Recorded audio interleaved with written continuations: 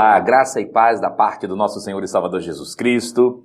Estamos mais uma vez aqui retomando as nossas lições, nossos estudos que visam suprir um pouco da nossa ausência nas quartas-feiras durante o período da pandemia. A pandemia, em alguns estados como o nosso, aqui no Espírito Santo, houve um certo alívio e agora estamos começando a retornar às nossas atividades.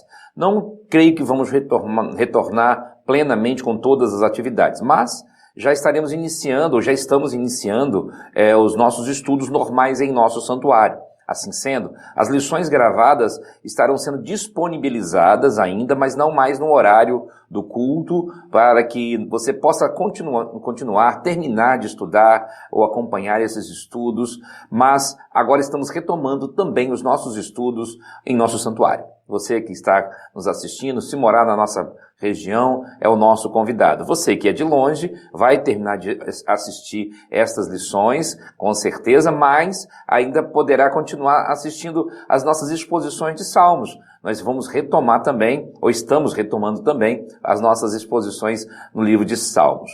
Nós estamos estudando a carta do apóstolo Paulo aos Filipenses, a carta da alegria.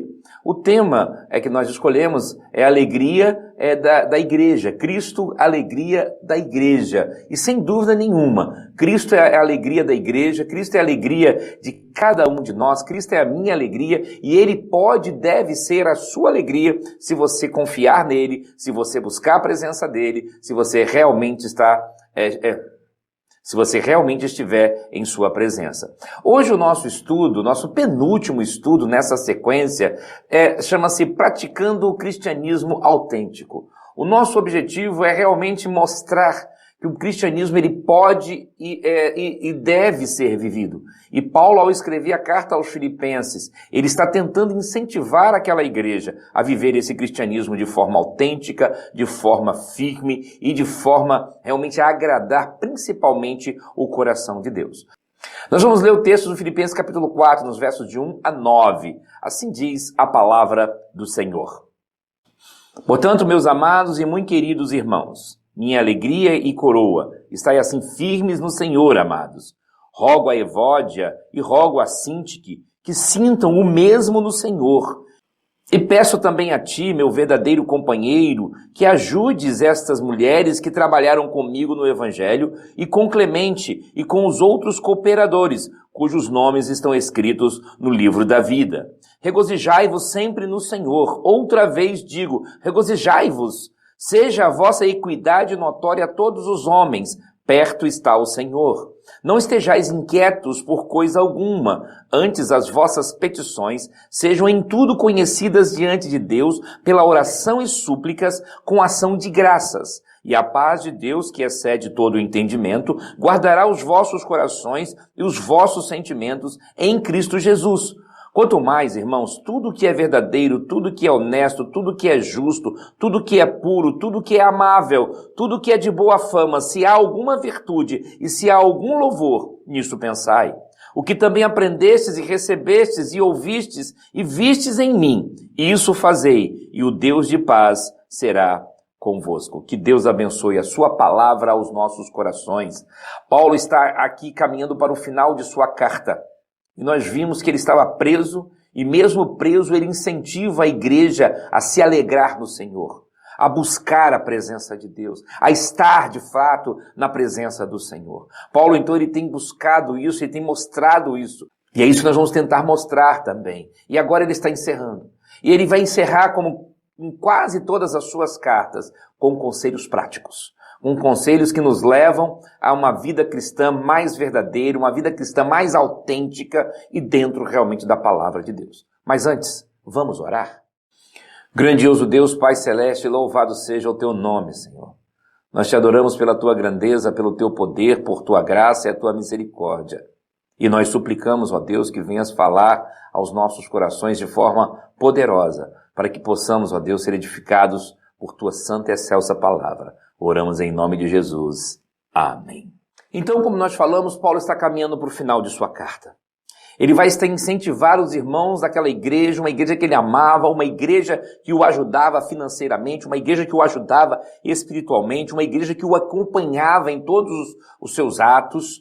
Ele agora quer que aquela igreja pratique o amor fraternal, viva o amor fraternal. A verdade central que nós queremos aprender nesta lição é que nós precisamos de um esforço para realmente mostrarmos que somos cristãos.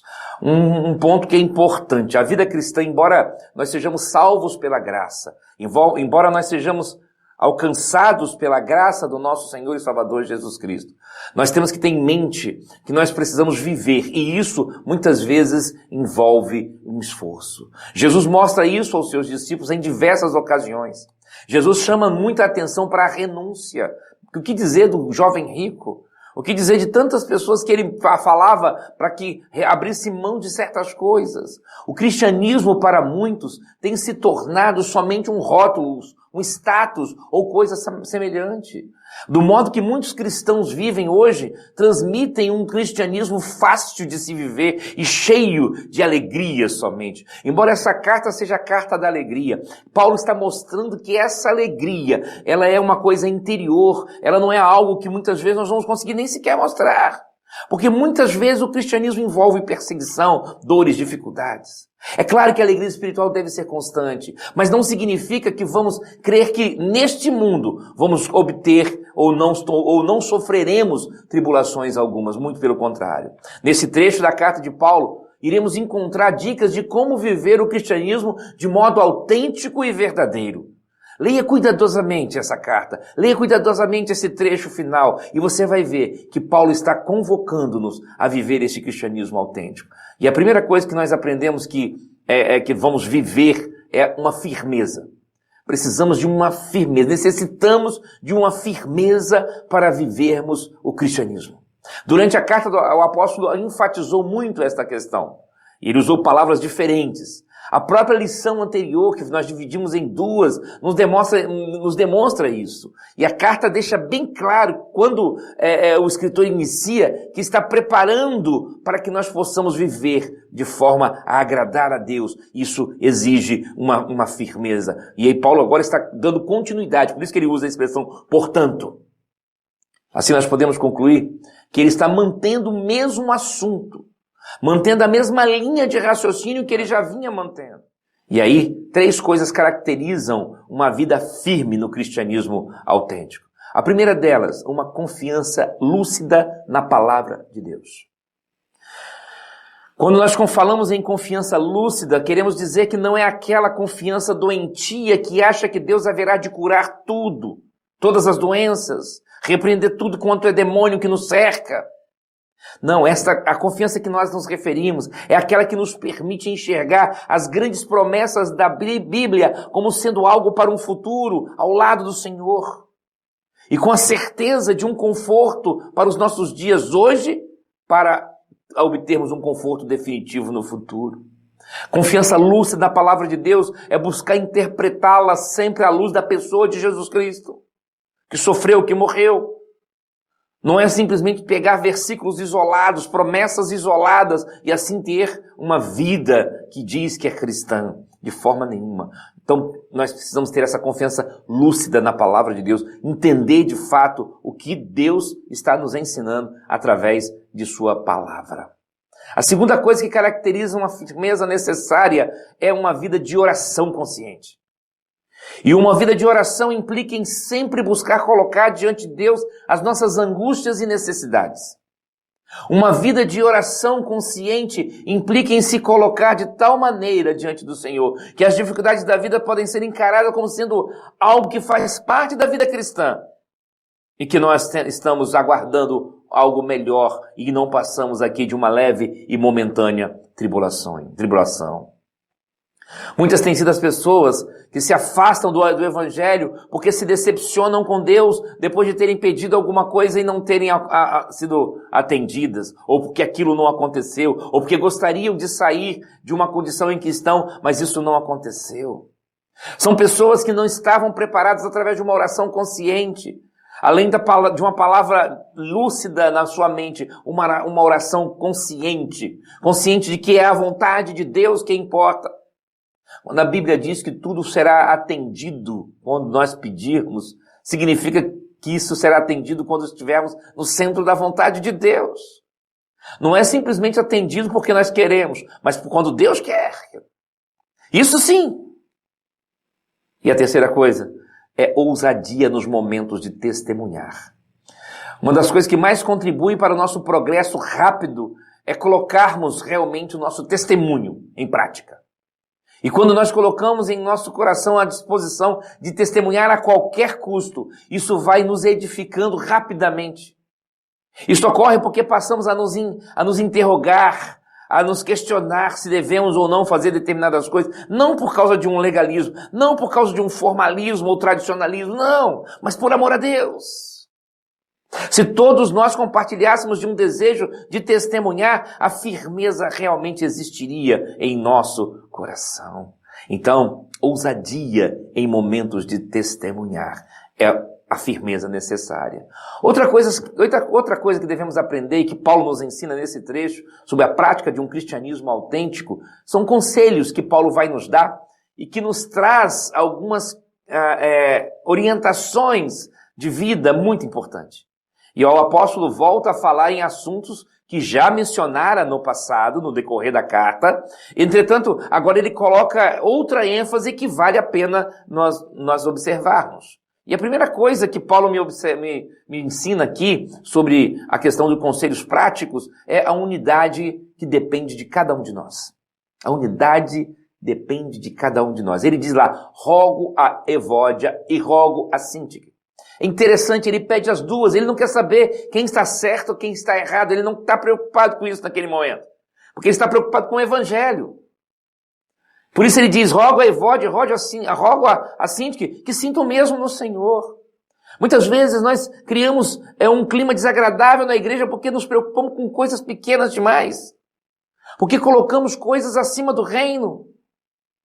Paulo está chamando duas mulheres a atenção para que elas possam viver o evangelho.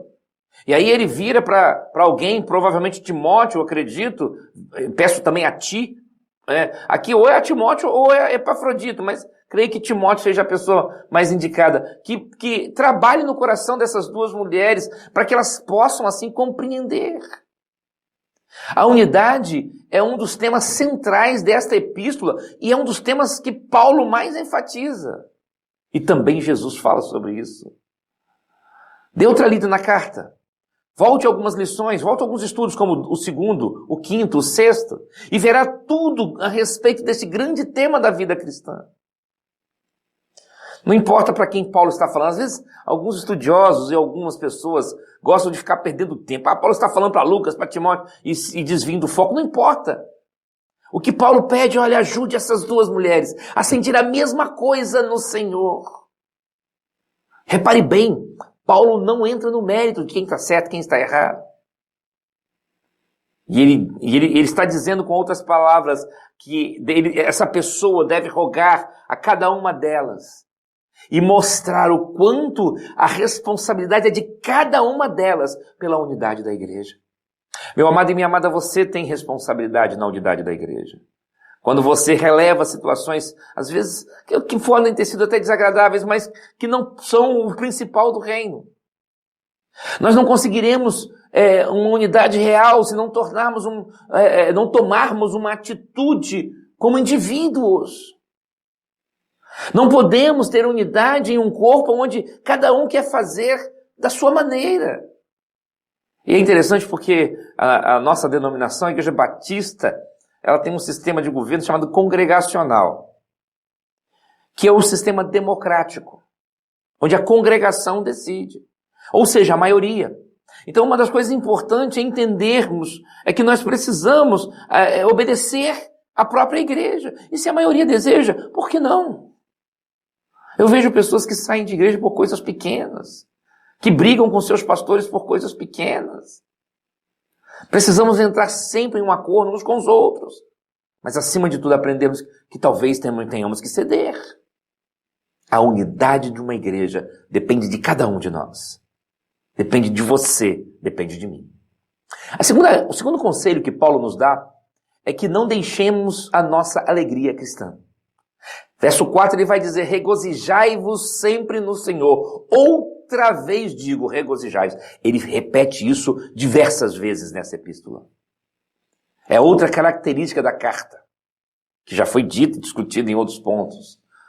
Esta insistência paulina é muito importante para nós entendermos o quanto ele valoriza essa alegria pela vida cristã.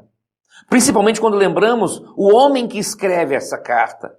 Ele tinha todos os motivos para não ser alegre. Entretanto, sua alegria não era baseada em coisas humanas, mas numa esperança eterna.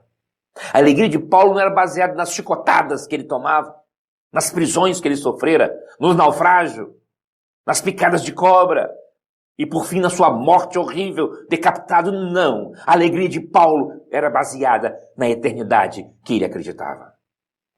Você consegue entender isso, meu amado? Você consegue compreender isso, minha amada? Não deixa de buscar a alegria cristã. Terceiro conselho que Paulo nos dá é um equilíbrio notório. Seja a vossa equidade notória a todos os homens. Perto está o Senhor. Equidade aqui no original dá a ideia desse equilíbrio. Não é apenas um andar correto, mas ter uma vida extremamente equilibrada. Talvez a melhor tradução seria: seja a vossa moderação conhecida. Cada vez mais aumenta o número de pessoas cristãs procurando psicanalistas, psicólogos, psiquiatras. Não tenho nada contra. Pelo menos no sentido humano. Mas me preocupa quando, na realidade, muitas dessas pessoas poderiam melhorar muito se buscassem a presença de Deus. Isso tem demonstrado, na realidade, que tem faltado muito o equilíbrio do nosso meio. A moderação do crente precisa ser algo notório de tal forma que todos observem isso em cada um de nós. Quando Josué estava assumindo o lugar de Moisés, Deus disse algo sobre equilíbrio e moderação que serve para mim e para você. Tão somente esforça-te e sê muito corajoso.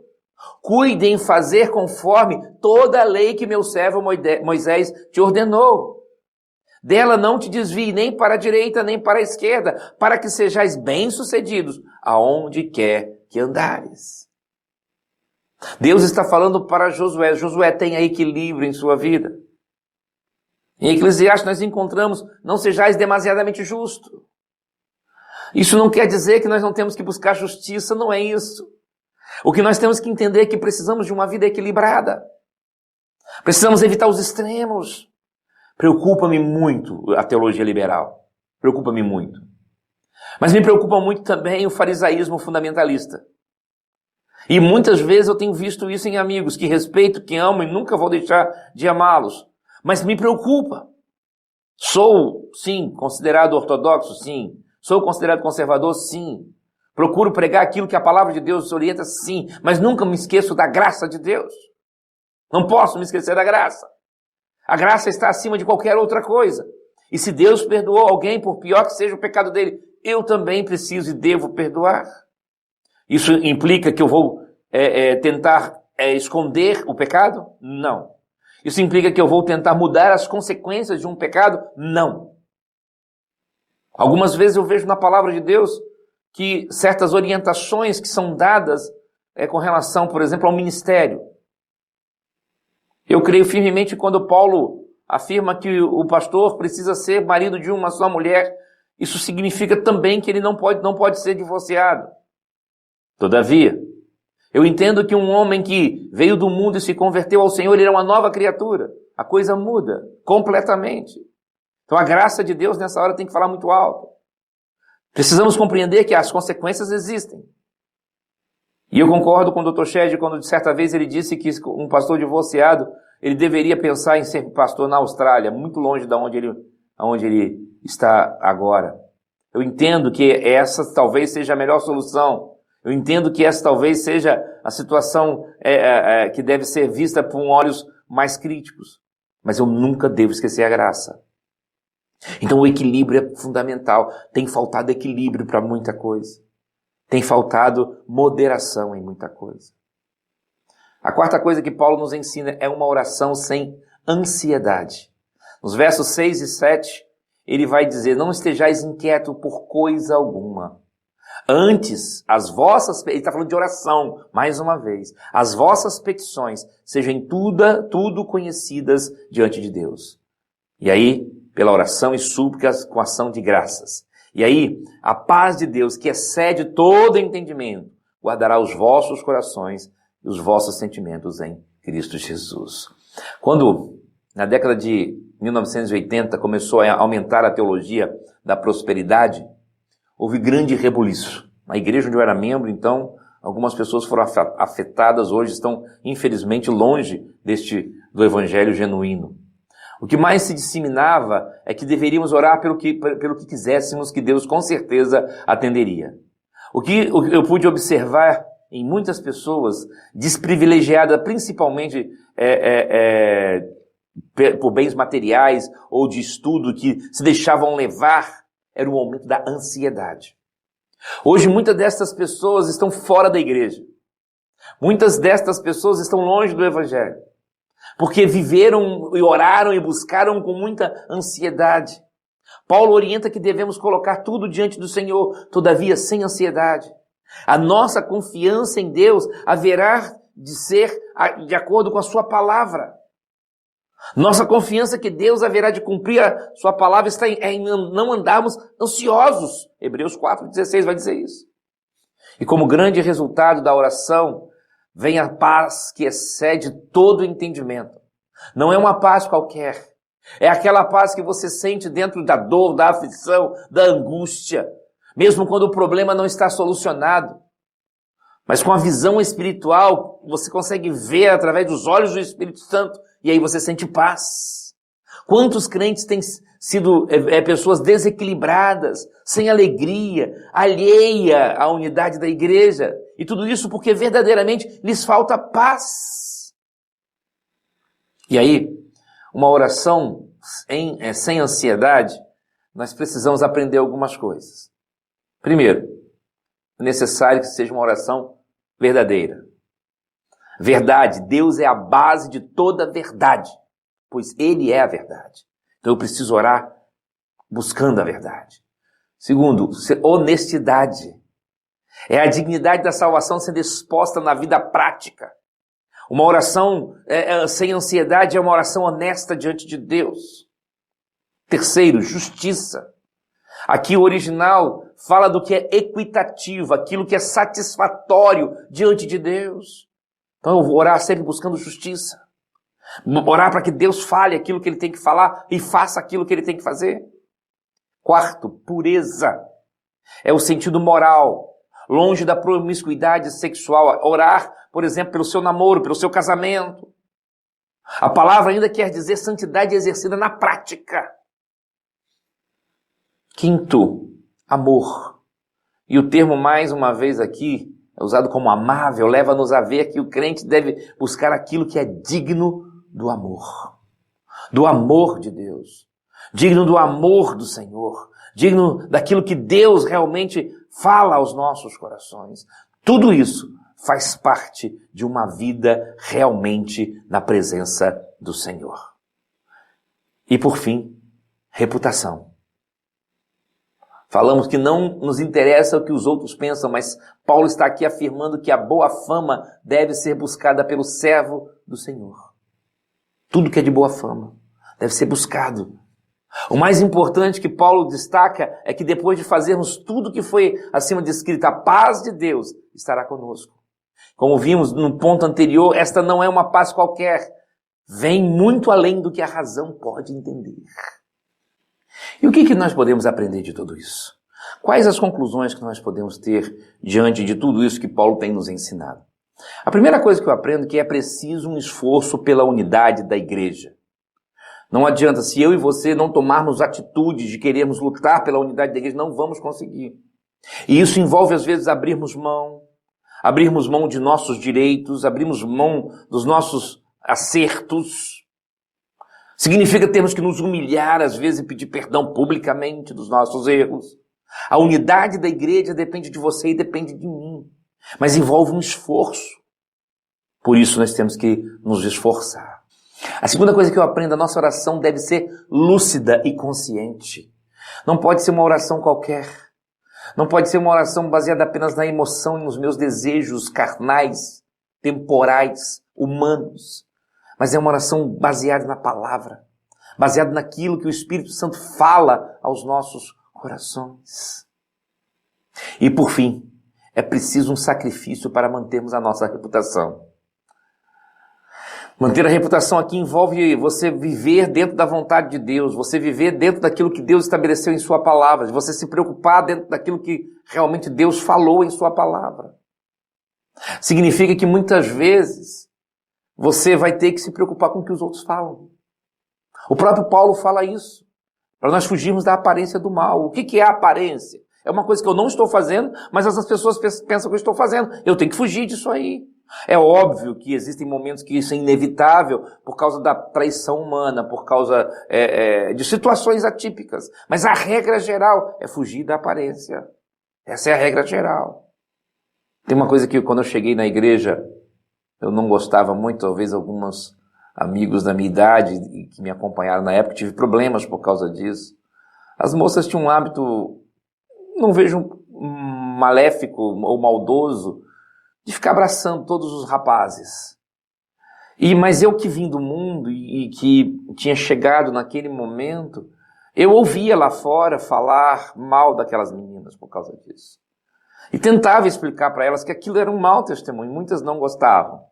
Muitos ficavam chateadas. Tive problemas por causa disso. Não sei se alguma delas, que hoje são mulheres casadas, grande maioria com filhos, vão se lembrar dessas nossas conversas, às vezes calorosas, onde eu era sempre mal visto. Mas eu quero dizer que não mudei nesse ponto. Eu creio que temos que fugir da aparência do mal, mesmo que não faça por maldade, mesmo que você não faz de propósito, mas tomar cuidado com determinadas situações. E é isso, estamos chegando ao final de mais um estudo. Analise a confiança que você tem na palavra de Deus e veja se há de fato lucidez. Será que a ousadia de seu testemunho tem afetado as pessoas que cercam você? O que você tem feito para manter a unidade da igreja? Será que você tem ficado inerte diante das situações? Você é alegre? Você é alegre só pelo fato de ser um cristão? A sua alegria é baseada na eternidade garantida? Ou depende de uma série de fatores? Será que temos depositado toda a nossa confiança em Deus quando nós oramos? E será que nossa oração é uma oração lúcida, consciente? E que nosso entendimento da palavra passa por essa lucidez? Qual tem sido a sua preocupação com a sua reputação? E o que podemos fazer para melhorar ainda mais como igreja? Pense nisso, meu amado. Pense nisso, minha amada. Que Deus possa completar estas palavras em seu coração. Até a próxima, se Deus assim nos permitir. Amém.